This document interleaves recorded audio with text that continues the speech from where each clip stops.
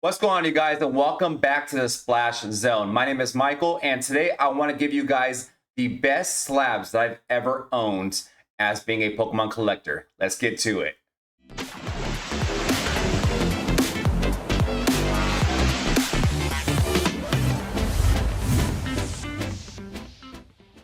Welcome back to my channel, you guys, and for those of you who have showed me so much love and support, I thank you so much. Even those who have been watching my videos but haven't subscribed yet, if you could please subscribe. And also, if you happen to just come across my video for the first time, could you please subscribe, guys, as it takes the channel and helps the channel go a long way. I want to continue to make videos that will be helpful and resourceful for everyone in the Pokemon community. But with that being said, I want to get to what are the best Pokemon slabs that I've ever owned while being a Pokemon collector. Starting with number 7, because I only have 7 that I'm very truly proud of. The first one is going to be a CGC 7.5 Blastoise. Now, I know what you're thinking. This is Blastoise from base set, by the way. And I know right now that card is like not relevant. It's not great at all. But, you know, I got back into Pokemon in 2021 because when I was younger, you know, collecting it in 1999, it was cool to put it in the sleeves, in your binder and stuff. And that's all it went, right? You would go on a school bus and open it up with your friends, and you would see all the cards that you had. You guys will compare your binders, sometimes even trade your binders. It was just a really fun experience, but no one ever thought of like grading, right? But when 2021 came along, especially during COVID, we were like, you know what? Like, maybe we should get a graded vintage card. And of course, I just got back into the game, so I had no knowledge of vintage. I had no knowledge of what was the best grading company. I had no knowledge of anything, right? So I just wanted to get my hands on vintage. Because let's face it, once again, COVID, I was getting paid a lot of money. You know, we were getting those free stimulus checks, right? But we weren't making money to be able to afford first edition slabs for base set, right? So the best thing to do was to go to just regular base set, not first edition, and then go from there and buy a slab. I saw one of my local card shops have a 7.5 CGC Blastoise. Back then, CGC was still somewhat relevant, and I bought it for about $400. Now, if you look at it now, it's a terrible investment. And I actually did end up parting ways with it in a deal. I don't remember exactly what it was for because it was years ago, but because I took a little break in between 2021 and when I got back into Pokemon in early 2025, just because of financial reasons and just being flat out busy with my new career. But it was just an honor to own a Blastoise just because of the fact that it was nostalgia from when I was a kid, and it was just cool to have it in slab form.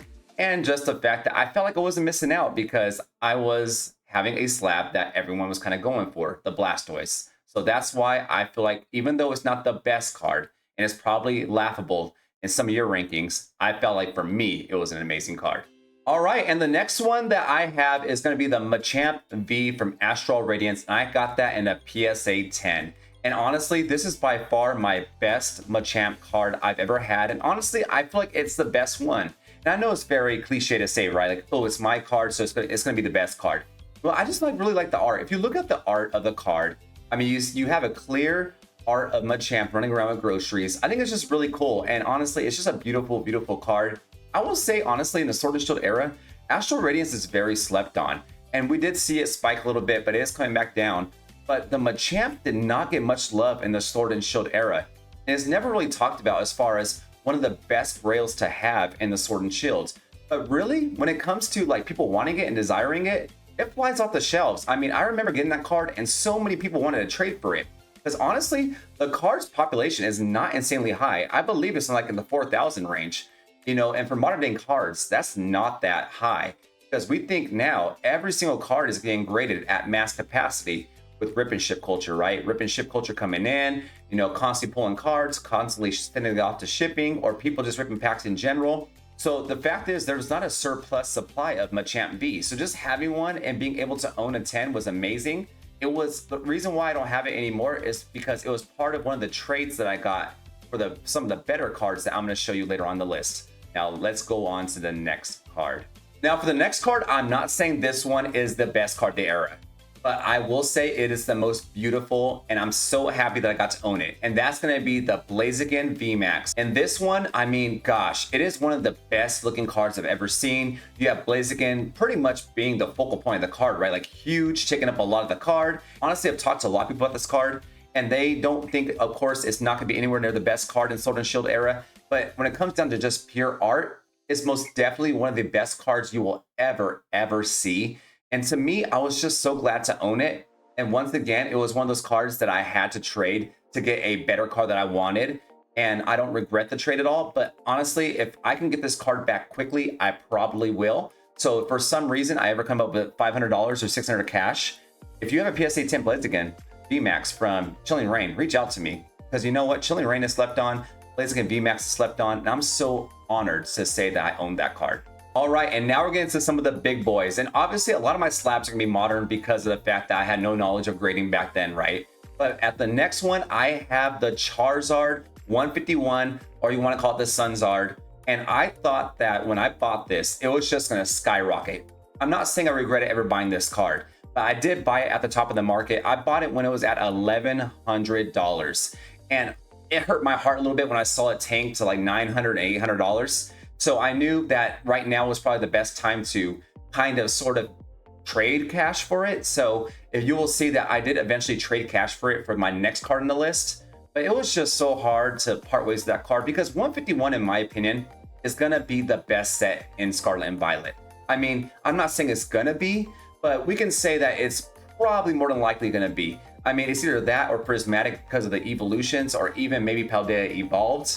And then we got to see what happens with Destined Rivals. It's way too early. I'm not counting it out. I'm just saying it's way too early. People were like raving about Surging Sparks, and now Surging Sparks is kind of like an afterthought in Scarlet and Violet. So we just got to see where Destined Rivals goes. But I think when it comes to straight nostalgia and something that everyone likes, and it's pretty much going to be gone soon. Like there's going to be no reprinting of 151. I think that 151 and the Charizard is going to be one of the best collectibles to have. The only thing going for this card is that there are a lot, but it still is a rather hard card to grade. It's in the 30 percentile for gem rate. So the fact that I was able to own one and it caught a lot of eyes, I was just honored to have it. And yes, I did. I don't have this card, but I was able to trade for my next card. By the way, I don't know if I listed the grade for all of these, but all these modern PSA cards that I have talked about so far have been 10s. So I'm glad that I got to that. Yes, it is a PSA 10 Giratina V. Now, the reason why I went for the Giratina, one, it is the second best looking card in my opinion. I'm not disrespecting the Moonbreon, but I also felt that there was no way, if I was going to have one Grail in an era, I knew it wasn't going to be the Moonbreon, because at that time, the Moonbreon was going between $3,000 and maybe $3,200, and people are not going to sell it for any less. Like there was no 90%, maybe 95%. No, people were staying firm on that. So I knew the best next thing, and to me, the best art next to the Blaziken was going to be the Giratina V. And that's where my Charizard came in, right? When I told you guys I did trade cash, there was someone who was highly interested in my Charizard, and I was highly interested in their Giratina V. So we came up with a deal where I would do a trade cash for about the Charizard and $500. And I was able to land on the Giratina V. And let me tell you, had I not got the #1 card that's going to be on my list, I would have most definitely kept this Giratina.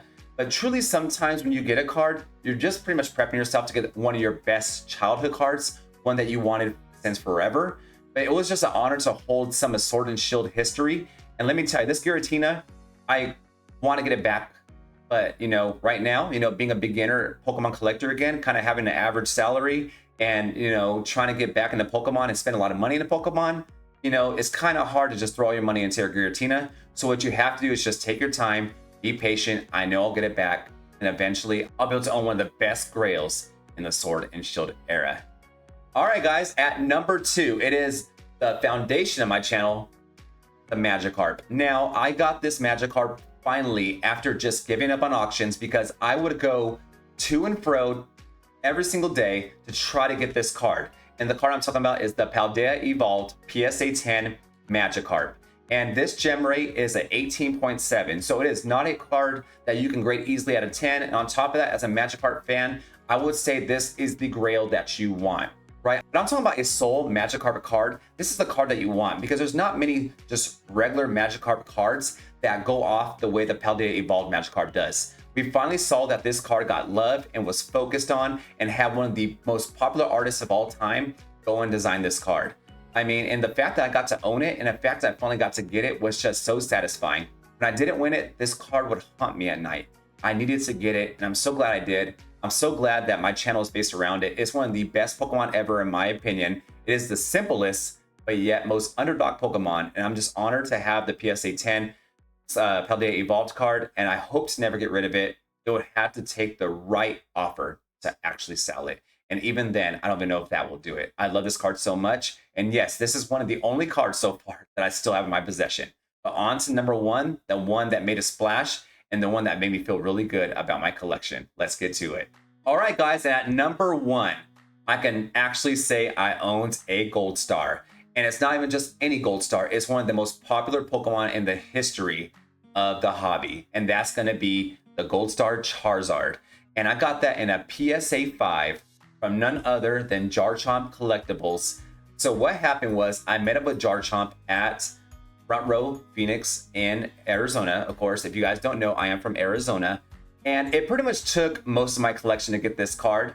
But with Jarchomp being probably my role model in the hobby and me wanting to vend one day, I knew I had to make a deal with him. And by the way, if you guys have not seen that video of me and Jarchomp doing a deal, please do look at the description below. You will see that we did a deal, and I have it as a video if you would like to see that.